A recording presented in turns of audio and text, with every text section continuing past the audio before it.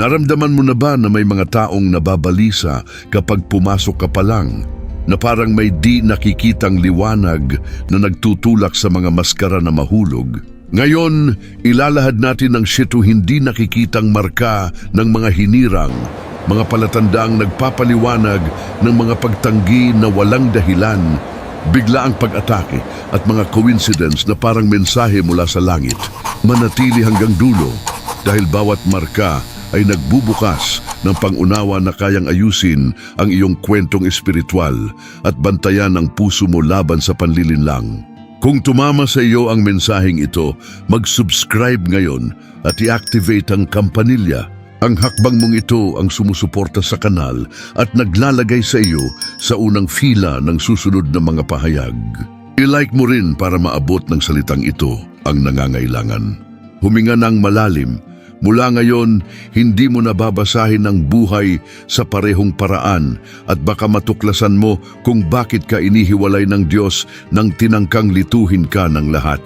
May mga katotohanang nagpapagaling at may mga katotohanang nag-aapoy kapwa nagpapalaya. Ang nakatago ay ilalantad at ang mukhang malas ay maaaring proteksyon. Ihanda ang iyong espiritu. Magsisimula na ang paglalakbay. Ang unang marka ay ang ilaw na naglalantad. Ang mga hinirang ay may tahimik na katotohanang gumugulo sa mga nakatagong hangarin kahit hindi nagsasalita. Kaya't naiirita ang mga nakakalason, nagiinit ang mga lihim, at may magtatangkang lagyan ka ng label upang pahinain ang impluensya mo. Hindi ito kamalasan. Ito'y hindi pagkakatugma sa antas espiritu. Kapag dumarating ang pagiging totoo, nauubusan ng hangin ang huwad. Obserbahan ang pattern, biglang paglapit, pag-i-eksamin ng hangganan, maliliit na biro, saka ang pagsabog. Sa halip na maghanap ng pag-apruba kung saan banta ang katotohanan, panatilihin ang tindig, linisin ang komunikasyon at magtakda ng layo na may karunungan. Ang mga pagtanggi rito ay proteksyon. Isinasara ng Diyos ang ilang pinto para hindi ka mapasok sa mga sapot na magnanakaw ng kapayapaan at misyon mo. Kapag tumahimik ang silid at natigil ang usapan pagdating mo, huwag sisihin ang sarili. Alalahanin mong ginagalaw ng liwanag ang mga anino. Iayos ang kapaligiran gamit ang malinaw na limitasyon. Itakda ang inaasahan mula sa simula at idokumento ang mga kasunduan. Kung saan hindi makatagal ang anino, nananatili ang liwanag. Ang ikalawang marka ay ang hypersensitivity sa hindi nakikita. Hindi ito drama, ito'y radar. Nararamdaman mo ang pagbabago ng atmosfera. Napapansin mo ang mga pasya bago mangyari at may kutob ang katawan kapag hindi ligtas ang lugar. Sa espiritu ito ay pagkilatis. Nagbubukas ito ng mga ilaw sa sangandaan at bumubulong. Kanan ngayon, maghintay, huwag pumirma. Sa kritikal na oras, lumalakas itong parang maamong alarma. Para tumalas ang kaloob na ito, bawasan ng ingay, tamang tulog, digital na pag-aayuno, katahimikan, pagbabasa ng salita at tiyak na panalangin. Isulat ang mga nadarama at suriin sa taktang araw. Ang konsistensya ang nag-e-ensayo sa pandinig. Hindi lahat makauunawa. May manlilibak. Huwag mag-react. Tumugon ng may katalinuhan. Hindi ka nito ibinubukod. Inililigtas ka. Kapag may paanyayang mukhang perpekto, subukin ang kapayapaan bago ang kita. Kapag kumipot ang dibdib, ipagpaliban. Kapag lumuwag, umusad. Gumawa ng ritual ng pagsuri. 3 magkakatugmang palatandaan, payo ng marunong at panalangin ng kumpirmasyon. Sa ganitong paraan, matutukoy mo ang takot kumpara sa babala at ang bugso kumpara sa direksyon at makakaiwas sa mga shortcut na may mahal na singil. Hintayin ng oras ng langit, ang ikatlong marka ay maging puntirya ng inggit na tila wala namang dahilan. Hindi ang pag-aari mo ang kumikirot sa iba, kundi ang pagkatao mo. Ang kapayapaan mo'y sumasalamin sa mga kulungan ng iba. Ang kalayaan mo'y nakakapukaw sa nabubuhay sa palakpakan. Kaya dumarating ang mga mapang-uyam na puna, paghahambing at bulong-bulungan. Kilalanin ang mekanismo. Gustong iligaw ka ng inggit para nakawin ang pokus at ritmo mo. Lunas, Maliwanag na identidad, matatag na rutina, kahusayan sa gawa at bibig na bantay. Iwasang patunayan ng sarili sa mga ayaw ng makakita. Itanim ang buto kung saan may lupang handang tumanggap.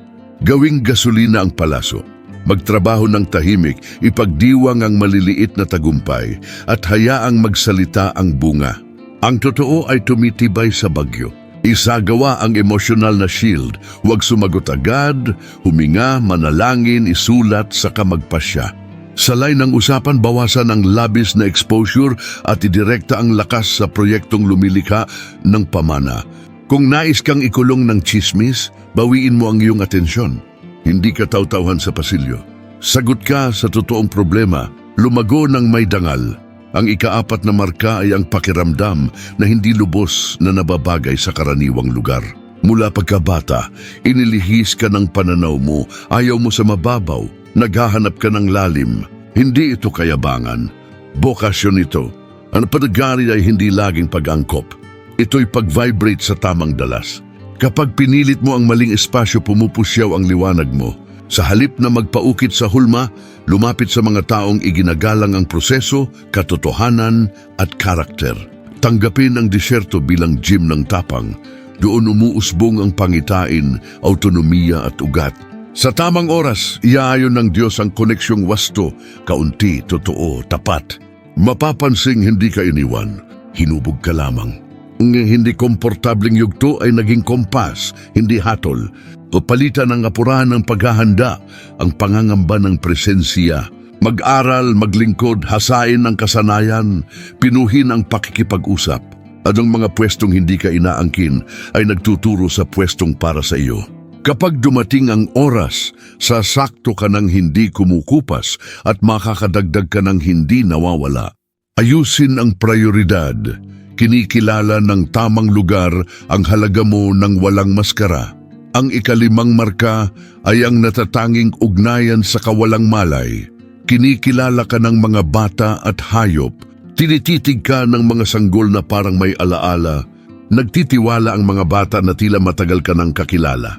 Ang mga hayop ay kusang lumalapit. Umiiral ito dahil nakikilala ng kadalisayan ng katotohanan. Pahalagahan ang mga sandaling ito, paalala silang ang lehitimong autoridad ay sumisibol sa paglilingkod at kabaitan, hindi sa postura. Sa mabibigat na araw, payagan ang payak na saya na isentro kang muli. Maliliit na gawi ang nagpapatibay sa marka, makinig ng hindi sumasabat, ipagtanggol ang mahihina, magsalita ng sapat. Kapag gumaga ng kaluluwa, nakakahinga ang kapaligiran. Nararamdaman ng mundo kapag ang presensya mo'y hindi naniningil kundi nagpapagaling.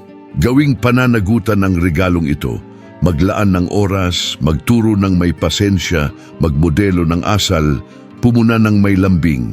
Ang mabait na katatagan ay nagtutuwid ng hindi nananakit. Ang mga kilos na walang publisidad ay nagiging mga sermon na hindi maririnig mula sa pulpito. Kapag may nilalang na naghanap ng kubli sa'yo, yakapin mo, kinikilala ng sangnilikha ang may dalang kapayapaan. Ang ika-6 na marka ay ang buhay na tugon ng Diyos. Mga panaginip na tumitiyak, talatang biglang nabubuhay at mga sadyang tugmang pangyayari. Hindi sugal ang pahayag. May mga prinsipyo ito, salita bago tanda, karakter bago entablado, pagsunod bago palakpak. Manalangin ng malinaw, humiling ng tiyak na kumpirmasyon at magtago ng espiritual na tala-arawan.